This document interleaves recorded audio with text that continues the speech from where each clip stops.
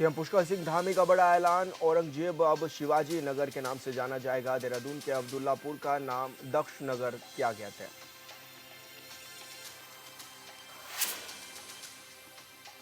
आज मंत्री धन सिंह रावत के आवास का कूच करेंगे महिला कांग्रेस कमेटी। एलयूसीसी के घोटाले का आरोप लगा रही कांग्रेस। फीस बढ़ोतरी के मामले पर भी उठाया जाएगा बड़ा सवाल। आज नवरात्र का तीसरे दिन मां चंद्रघंटा की होती है पूजा। मां के दर्शन के लिए मंदिरों में लगी है लंबी कतारें।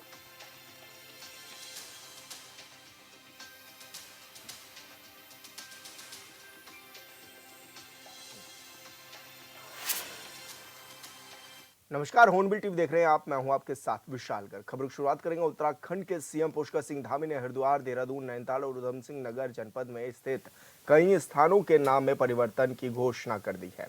उन्होंने कहा है कि जनभावनाओं और भारतीय संस्कृति और विरासत के अनुरूप ये नामांकरण भी किए गए हैं।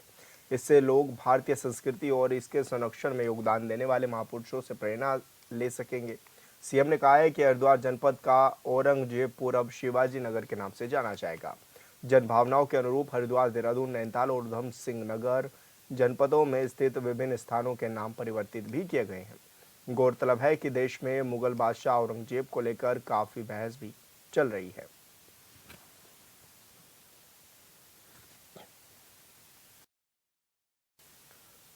और संवाददाता अरुण सैनी हमारे साथ फोन लाइन पर जुड़ गए हैं। अरुण, क्या कुछ जानकारी मिल रही है? कहां कहां के नाम बदले भी गए हैं और अब इसको किस रूप में देखा भी जा रहा है?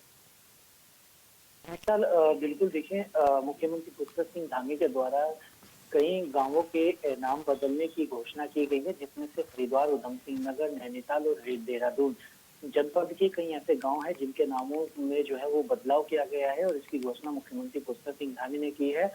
जिसमें से हरिद्वार जनपद में सबसे अधिक जो है गांवों के नामों को बदला गया है, जिसमें औरंगजेबपुर को शिवाजी नगर, गाजीवाली को का नाम आर्य नगर, चांदपुर का ज्योतिबा फूले नगर, मोहम्मदपुर जट का मोहनपुर जट, खानपुर फुरसली का अम्बेडकर नगर, इदरीशपुर का नंदपुर, खानपुर का स्टेशनपुर, इस तरीके से कई गांवों के नाम बदले गए हैं। वहीं देहरादून में मियावाला का नाम आज अब से रामकी वाला रखा गया है। चांदपुर खुद का पृथ्वीराज नगर, अब्दुल्ला नगर का नाम दक्ष नगर।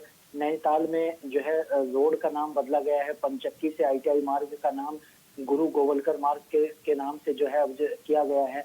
वहीं उधम सिंह नगर में सुल्तानपुर पट्टी का नाम कौशल्यापुरी किया गया।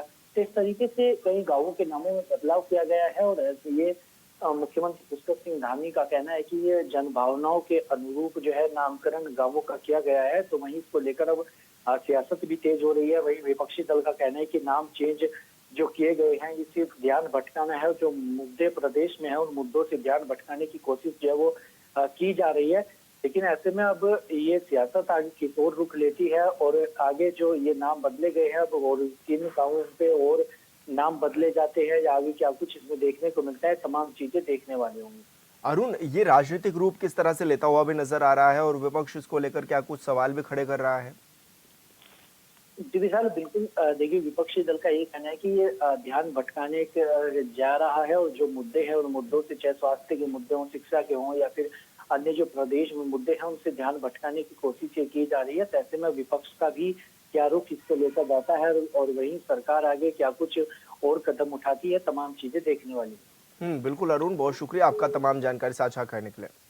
और देहरादून से बड़ी खबर, मंत्री धन सिंह रावत के आवास का कूच करेंगी महिला कांग्रेस कमेटी। एलयूसीसी के घोटाले का आरोप लगा रही कांग्रेस।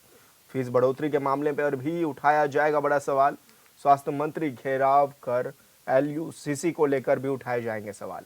महिला कांग्रेस अध्यक्ष का स्वास्थ्य मंत्री पर घोटालों का भी आरोप लगाया है।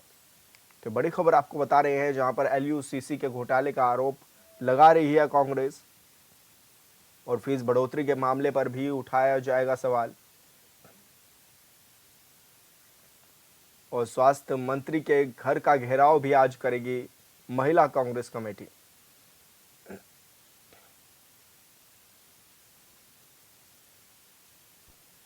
देखिए, इस प्रदेश में एलयूसीसी के नाम पे एक बहुत बड़ा घोटाला इस प्रदेश की महिलाओं के साथ, इस प्रदेश के युवाओं के साथ, जो उन्होंने धन संचित किया हुआ था अपने दुख सुख परिवार के भविष्य के लिए, वो सरकार के संरक्षण में, सरकार के नाक के नीचे से इस प्रदेश से लोग ले गए और ये बहुत बड़ा घोटाला है धन सिंह रावत जी का। जो उनका स्टेटमेंट है एज ए मिनिस्टर उसका उनका कहना है कि ये 2017 में कंपनी रजिस्टर्ड हुई थी और 2022 में उनको पता चल गया था कि ये कुछ बड़ा घोटाला होने वाला है, लेकिन उसके बाद भी इसमें कोई कार्रवाई नहीं करी गई। और आज पूरे प्रदेश में महिलाओं के और परिवार के जो हालात है उसके खिलाफ, धन सिंह रावत जी के खिलाफ, सरकार के खिलाफ जिसमें लगातार भ्रष्टाचार हो रहे हैं, उसके खिलाफ हमारा धन सिंह रावत जी का घेराव है। हाँ, मैंने धन सिंह रावत जी का स्टेटमेंट सुना और मैं माननीय मंत्री जी से बोलना चाहती हूँ कि हम लोग उस पर्दे के फार्स होने का इंतजार कर रहे हैं, क्योंकि उनके हिसाब से 2017 जनवरी में इस कंपनी का रजिस्ट्रेशन हुआ, जबकि आचार संहिता थी उस वक्त हमारे पास, हम चुनाव में गए थे। उसके बाद से लगातार पिछले 8 साल से इस प्रदेश में भाजपा की सरकार है और वो मैं जरूर चाहती हूँ कि धन सिंह रावत जी भाजपा का पर्दाफाश करें और इस प्रदेश के लोगों को बताएं कि उनकी सरकार कितनी बेस्ट है। और संवाददाता योगेश आर्य हमारे साथ फोन लाइन पर जुड़ गए हैं। योगेश, क्या कुछ जानकारी मिल रही है, किस तरह के आरोप कांग्रेस लगा भी रही है और आज किस तरह से घेराव करने की भी तैयारी में है कांग्रेस? देखिए, बिल्कुल विशाल महिला कांग्रेस कमेटी आज जो है शिक्षा स्वास्थ्य मंत्री धन सिंह रावत का घेराव करने के लिए जा रही है और करीब 12:30 बजे का एक कार्यक्रम रखा गया है, जो स्वास्थ्य मंत्री के घर की तरफ जो है कांग्रेस भवन से जो है महिलाएं कूच करेंगी और LUCC के घोटाले का आरोप जो है वो कांग्रेस लगा रही है। साथ ही फीस बढ़ोतरी के मामले का भी सवाल उठाया जा रहा है। कांग्रेस का कहना है कि LUCC को लेकर जो है कई महिलाओं के साथ जो है घोटाला हुआ है। महिलाओं के साथ जो है ये जो लघु उद्योग के मामले में लेकर ये कंपनी रजिस्ट्रेशन कराया गया था 2017 में, उसके बाद से भाजपा की सरकार है और उन्होंने जिस तरह से 2022 तक मंत्री ने कहा कि घोटाला कुछ मामले का संज्ञान लिया गया है और इसमें कहीं ना कहीं अनियमितताएं पाई गई हैं, उसी को लेकर कांग्रेस आरोप लगा रही है कि जब इतनी जानकारी होने के बावजूद भी कंपनी किस बिहार पर रजिस्ट्रेशन हुई, बिना RBI के कैसे रजिस्ट्रेशन कराया गया और तमाम चीजों का आरोप लगाया जा रहा है। साथ ही कहा जा रहा है कि अगर इस कंपनी का रजिस्ट्रेशन कैसे हुआ और रजिस्ट्रेशन करने के बाद महिलाओं के साथ इतना धोखाधड़ी होने के बावजूद भी सरकार ने कोई कार्रवाई क्यों नहीं की है। लेकिन उसी तरफ देखा जाए तो मंत्री धन सिंह रावत ये कह रहे हैं कि ये पूरा मामला जो है कांग्रेस के समय का है और अब इस पर पूरे मामले को पर्दाफाश किया जाएगा। कांग्रेस भी पर्दाफाश की मांग कर रही है। साथ ही जिस तरह से फीस बढ़ोतरी का मामला आया है उसको लेकर भी जो है कहीं ना कहीं कांग्रेस जो महिलाएं आज कूच करेंगी वो उस पर घेरने का प्रयास करेंगी। तो देखिए, तमाम जो आरोप हैं वो महिला कांग्रेस अध्यक्ष की ओर से लगाए जा रहे हैं, उसमें लेकर के आज जो है उनके आवास की तरफ कूच किया जाएगा। हालांकि पुलिस प्रशासन तैनात रहेगा। ये देखने वाली बात है कि आखिरकार जो महिला कूच करेंगी स्वास्थ्य मंत्री के आवास का घेराव करने के लिए, तो वहां तक पहुंच पाएंगे या बीच में ही उनको रोक लिया जाएगा। जी योगेश, ऐसे में क्या माना जाए, कितनी बड़ी संख्या में महिला कांग्रेस के जो लीडर हैं वो पहुंचेंगे और किस तरह का ये प्रदर्शन रहने वाला है और मुद्दे जो कि हावी, क्योंकि फीस बढ़ोतरी का मामला इन दिनों काफ़ी चर्चा का विषय भी बना हुआ है और ऐसे में स्वास्थ्य की भी अगर हम बात कर ले तो स्वास्थ्य भी एक बड़ा मुद्दा है, बड़ा विषय है। क्या माना जाए, किस तरह की व्यवस्थाएं इस बार की रहने वाली हैं, किस तरह की तैयारियों में जुटी हुई है कांग्रेस प्रोटेस्ट को लेकर? देखिए, कांग्रेस प्रदेश अध्यक्ष की अगर बात करें, महिला ज्योति रौतेला के नेतृत्व में एक पूरा जो है कार्यक्रम होना है और इसी के साथ अगर देखा जाए कि उनकी प्रदेश की पूरी टीम वहाँ मौजूद रहेगी, साथ ही महानगर की जो टीम है वो रहेगी और महिलाएं उनके साथ काफी, लगभग माना जा रहा है कि 100 से ऊपर की संख्या में महिलाएं जो है उनके साथ रहेंगी और वो जो है कूच करेंगे। उसके बाद जाकर के वहाँ पर जो है घेराव करने की कोशिश करेंगे, तमाम आरोप लगाएंगे। क्योंकि देखिए, फीस बढ़ोतरी के मामले को लेकर के कई दिनों से देखा जा रहा है कि अभिभावक भी जो है कहीं ना कहीं इसको लेकर आवाज उठा रहे हैं, तो वही इसको अब कांग्रेस भी मुद्दा बनाने की कोशिश की जा रही है। दूसरा, LUCC को लेकर लगातार जिस तरह कांग्रेस जो है भाजपा सरकार को घेरने की कोशिश कर रही है, तरह तरह के आरोप लगा रही है, तो उसमें भी आज कहीं ना कहीं पूरा घेराव करने की कोशिश है। तो देखिए, अगर पुलिस प्रंखन को देखा जाए तो ये जिस तरह सरकार को घेरने का प्रयास किया जा रहा है वो सीधे तौर पर इशारा करता है कि 2027 की तैयारियों में जो है कांग्रेस कहीं ना कहीं जुट चुकी है। कांग्रेस चाहती है कि 2027 के चुनाव से पहले किसी भी तरह तमाम जो मामले हैं उनको ला करके जनता के बीच रखकर सरकार को घेरा जाए और सरकार के ऊपर जो है तरह तरह के आरोप लगाकर जनता के बीच स्थापित किया जाए अपने आप को, ताकि जो है आने वाले कल में 2027 के चुनाव में सत्ताओं वापस लौटा जाए। तो इसलिए जो है कांग्रेस कहीं ना कहीं इस तरह के कार्यक्रम आयोजित कर सरकार को घेरने का प्रयास कर रही है। देखने वाली बात यह है कि सरकार के जिस तरह से मंत्री धन सिंह रावत ने कहा है कि इसका पूरा पर्दाफाश किया जाएगा, तो उसमें पर्दाफाश क्या कुछ होता है, कौन इसमें आरोपी निकल कर आते हैं और आज जो प्रोटेस्ट किया जा रहा है उसमें किस तरह की संख्या जो है महिलाओं की रहने वाली है और आखिरकार कितना सफल प्रोटेस्ट हो पाता है, ये भी देखने वाली बात है। जी बिल्कुल योगेश, बहुत शुक्रिया आपका तमाम जानकारी साझा करने के लिए। भारतीय प्रशासनिक सेवा के 1992 बैच के वरिष्ठ अधिकारी आनंद वर्धन उत्तराखंड सरकार के मुख्य सचिव बने हैं। आज उन्होंने पदभार भी ग्रहण कर लिया है। इस दौरान उन्होंने अपनी प्राथमिकताएं भी गिनाई। उन्होंने कहा है कि हमारा फोकस आजीविका, जल संरक्षण, स्वास्थ्य और रिवर्स पलायन पर रहेगा।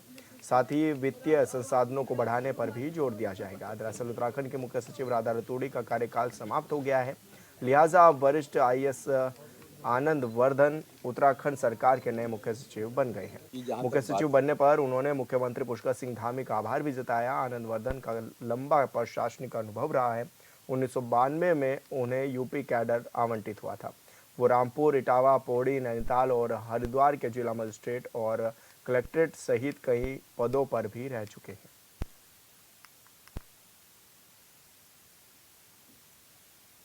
तो इस राज्य के लिए लाइवलीहुड, जिसमें कि आपकी employability, skill development, reverse migration, ये सारा इसमें इंक्लूडेड होता है। तो लाइवलीहुड कैसे बढ़ाई जाए, उसके कैसे अवसर खोजे जाएं नए नए, तो लाइवलीहुड का विकास सबसे पहला प्राथमिकता रहेगा। दूसरी प्राथमिकता है इंफ्रास्ट्रक्चर डेवलपमेंट का। इंफ्रास्ट्रक्चर चाहे वो कनेक्टिविटी के क्षेत्र में हो, ऊर्जा के क्षेत्र में हो, किसी भी प्रकार का ड्रिंकिंग वाटर के क्षेत्र में हो, तो वो एक महत्वपूर्ण प्राथमिकता है राज्य के विकास के लिए। तीसरा है अर्बनाइजेशन, क्योंकि जैसा आप सब अवगत हैं कि अर्बन एरियाज़ बढ़ते जा रहे हैं और वहाँ की समस्याएं भी बढ़ती जा रही हैं। तो कैसे हमारे शहर बेहतर हो सकें, उसके लिए कार्य होना चाहिए। इसके अतिरिक्त हमारी और भी इम्पॉर्टेंट इश्यूज जैसे वाटर कंजर्वेशन है। वाटर एक बहुत ही महत्वपूर्ण सेक्टर है जो कि आज पूरा देश ही नहीं, पूरी दुनिया इस समस्या से जूझ रहा है। तो ये सब प्रमुख क्षेत्र हैं जहाँ पर सरकार फोकस करती है और सरकार की प्राथमिकताओं को धरातल पर उतारना। नवरात्रि के तीसरे दिन मां दुर्गा के तृतीय स्वरूप मां चंद्रघंटा की पूजा अर्चना पूरे श्रद्धा भाव के साथ की जा रही है। मां चंद्रघंटा को साहस, पराक्रम और शक्ति की देवी माना जाता है। वहीं हरिद्वार के सुरेश्वरी देवी मंदिर में श्रद्धालुओं का तांता लगा हुआ है। देश ही नहीं, विदेशों से भी भक्त मां के दर्शन के लिए मंदिरों में पहुंच रहे हैं। सुबह से ही मंदिरों में पवित्र मंत्रोच्चार और घंटी की गूंज सुनाई दे रही है। वहीं भक्तों की भीड़ को देखते हुए मंदिर प्रशासन ने भी सुरक्षा के पुख्ता इंतजाम किए हुए हैं।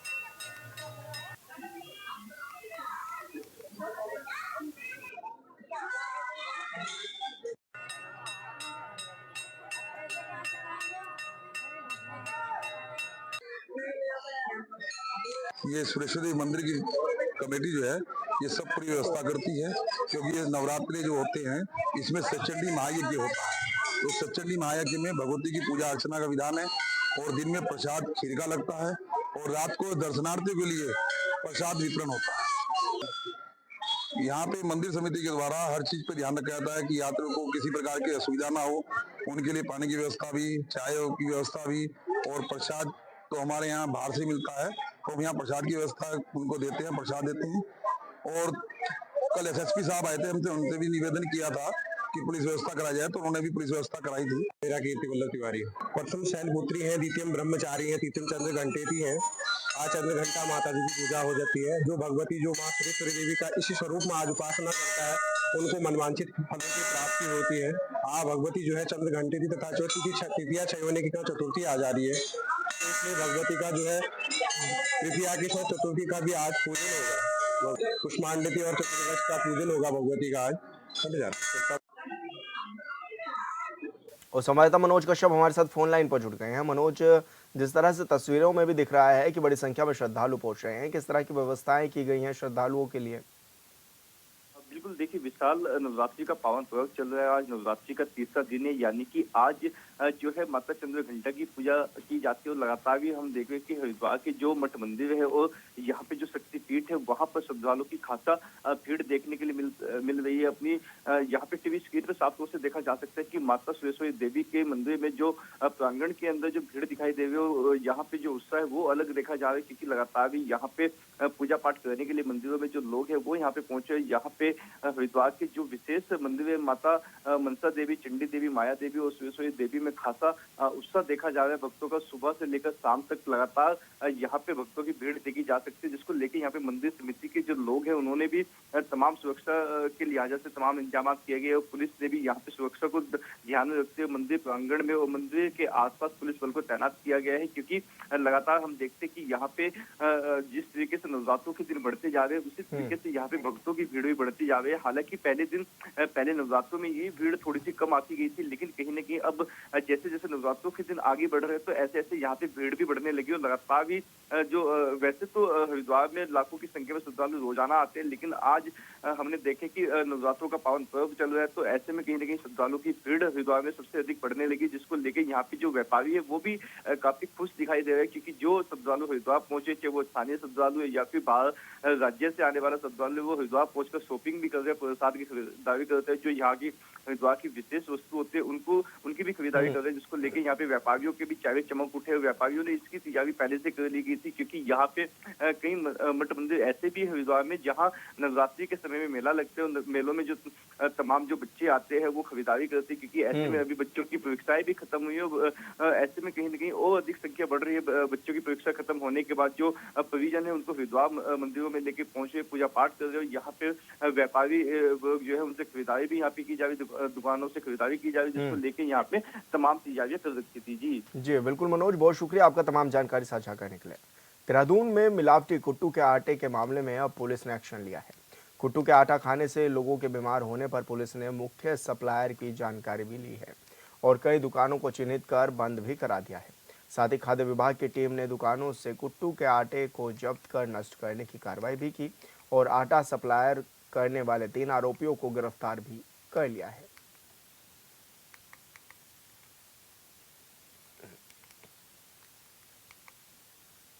देहरादून में कुट्टू के आटे का सेवन करने के बाद बड़ी संख्या में लोग बीमार हो गए हैं, जिन्हें अस्पताल में भी भर्ती कराया गया है। इसी कड़ी में खाद्य विभाग की टीम ने रुड़की में भी छापेमारी की और अनाज मंडी से 2 सैंपल लिए हैं। रविवार की रात में देहरादून के सैकड़ों परिवारों ने कुट्टू के आटे का सेवन किया था, जिसके सेवन के बाद सोमवार की सुबह 100 से अधिक लोग बीमार पड़ गए। कुट्टू का आटा खाने से बीमार पड़े लोगों का हालचाल जानने के लिए सीएम धामी भी अस्पताल में पहुंचे थे। वहीं जांच के दौरान सामने आया कि देहरादून में दुकानों पर सहारनपुर के एक गोदाम से माल आया था, जिसे घटना के बाद सील कर दिया गया है।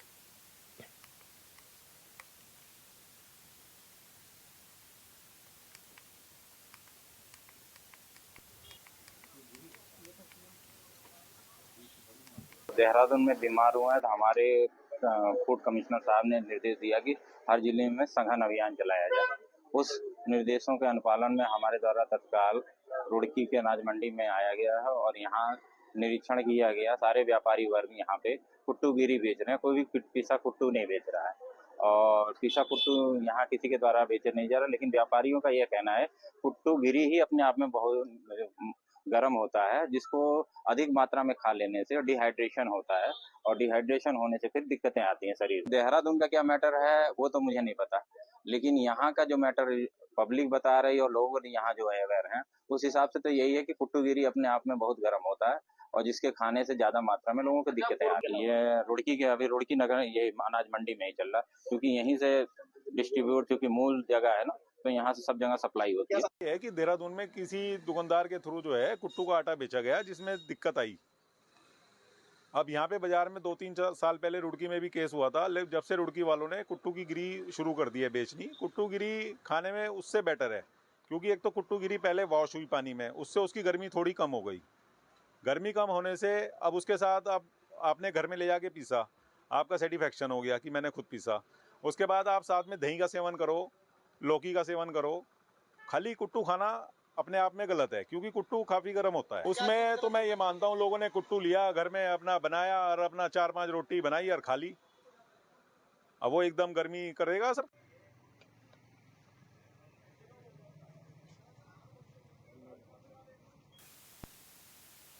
विकासनगर में बरामद हुए गोवंश अवशेष मामले की गंभीरता को देखते हुए एसएसपी देहरादून अजय सिंह भी मौके पर पहुंचे हैं। उन्होंने हिमाचल और उत्तराखंड के बीच मौजूद नदी पर पहुंचकर घटना स्थल का भी जायजा लिया है। साथ ही घटना से जुड़ी जानकारी हासिल कर अपने अधीनस्थ अधिकारियों को आवश्यक दिशा निर्देश भी दिए हैं।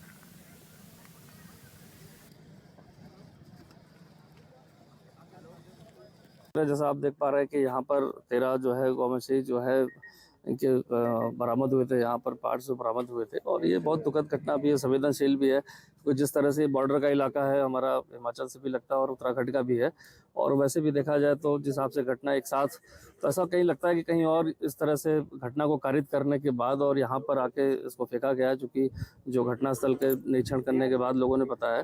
और अभी इशू ये नहीं कि वो जगह हमारे उत्तराखंड में पड़ती है कि हिमाचल में, ये संयुक्त रूप से काम करने की ज़रूरत है। और जिस तरह से अभी हमारे पावन नवरात्र के त्यौहार भी है और इस तरह से गौवंशी इस तरह का अवशेष मिलना, ये बहुत ही संवेदनशील प्रकरण है। इसके दो चीज़ों पर इन्वेस्टिगेशन के लिए पूरी टीम को बताया। एक तो ये जो इस घटना में शामिल है उनकी तलाश की जाए, उस पर कठोर से कठोर कार्रवाई की जाए।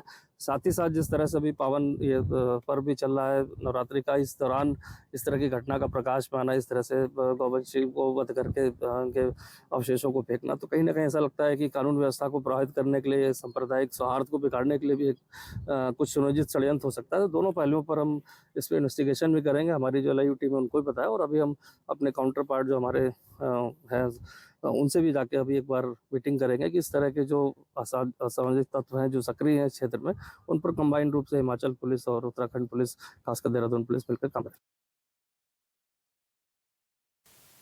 हरिद्वार के सिडकुल थाना क्षेत्र में भीषण सड़क हादसे में एक फैक्ट्री कर्मचारी की दर्दनाक मौत हो गई। हादसा उस वक्त हुआ जब कर्मचारी रोज की तरह फैक्ट्री में काम खत्म कर अपने घर लौट रहा था। जैसे ही वो कंपनी के प्योर एंड केयर चौक के पास पहुंचा, अचानक एक क्रेन ने उसे टक्कर मार दी। टक्कर इतनी भीषण थी कि कर्मचारी ने मौके पर ही दम तोड़ दिया। हादसे के बाद क्रेन चालक मौके से फरार भी हो गया। सूचना मिलते ही सिडकुल पुलिस मौके पर पहुंची और शव को कब्जे में लेकर पोस्टमार्टम के लिए भी भेज दिया है। देहरादून से हरिद्वार जा रही लोहाघाट डिपो की बस स्टीयरिंग लॉक होने की वजह से हादसे का शिकार हो गई। हादसे के दौरान बस में 12 सवारियां मौजूद थी, जिसमें से 2 लोगों को फ्रैक्चर की सूचना भी मिली है। वहीं मामले की सूचना मिलते ही SP city Pankaj Garola, traffic inspector समेत सभी अधिकारी मौके पर पहुंच गए और घायलों को अस्पताल में भर्ती भी करा दिया है। देहरादून से हरिद्वार आ रही थी और ये लोहाघाट डिपो की बस है। इसमें कुल 12 सवारी थी। तो सर्विस लेन पे अचानक इसका स्टीयरिंग लॉक हुआ है, इस कारण ये सर्विस लेन में बस पलट गई। इसमें जो लोग सवार हैं इंजर्ड हुए हैं, कोई ज़्यादा उनकी गंभीर चोटें नहीं है। सभी को रेस्क्यू कर हॉस्पिटल भेज दिया गया है। इसमें 4 लोगों के चोटें नहीं। स्टीयरिंग लॉक बताया ड्राइवर ने, ड्राइवर से पूछताछ की, उनका अचानक स्टीयरिंग लॉक। देहरादून से आ रहा था सर। क्या हो गया था? स्टीयरिंग लॉक हो गया चलते चलते। कैसे? अपने आप ही हो गया। 13-14 लोग थे, नहीं किसी को नहीं आई। जी बिल्कुल, स्टीयरिंग लॉक हो गया तो ऊपर ही चढ़ गई सर डिवाइडर के गाड़ी। डिवाइडर के चढ़ने के ऊपर स्टीयरिंग लॉक होने से फिर पलटी गाड़ी। नहीं हल्की फुल्की आई, बाकी नहीं आई। और फिलहाल इस बुलेटिन में इतना ही। आप देखते रहिए हॉर्नबिल टीवी। नमस्कार।